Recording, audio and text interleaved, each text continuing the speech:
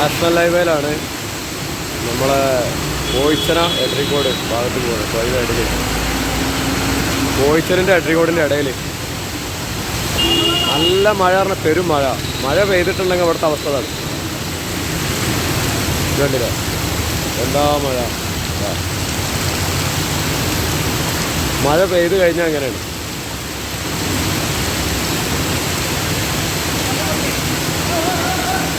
ഒരാൾ വീണ്, ബൈക്ക് വീണ് ഇതാ ഇപ്പോൾ സംഭവിച്ചിട്ടുള്ളൂ.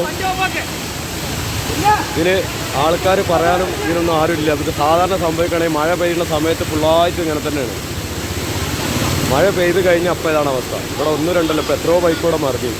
ഇതിപ്പോൾ ഞങ്ങൾ വന്നുകൊണ്ട് നിൽക്കുമ്പോൾ അഞ്ചാമത്താണ് ഇപ്പോൾ ബൈക്ക് മറിയുന്നത്.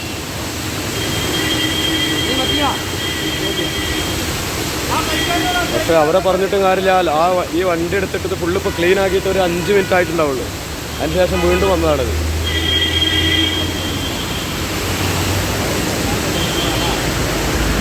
എന്തെങ്കിലും പറ്റിയ അല്ലേ കുറച്ച് കഴിഞ്ഞിട്ട് പോയിരുന്നോളി.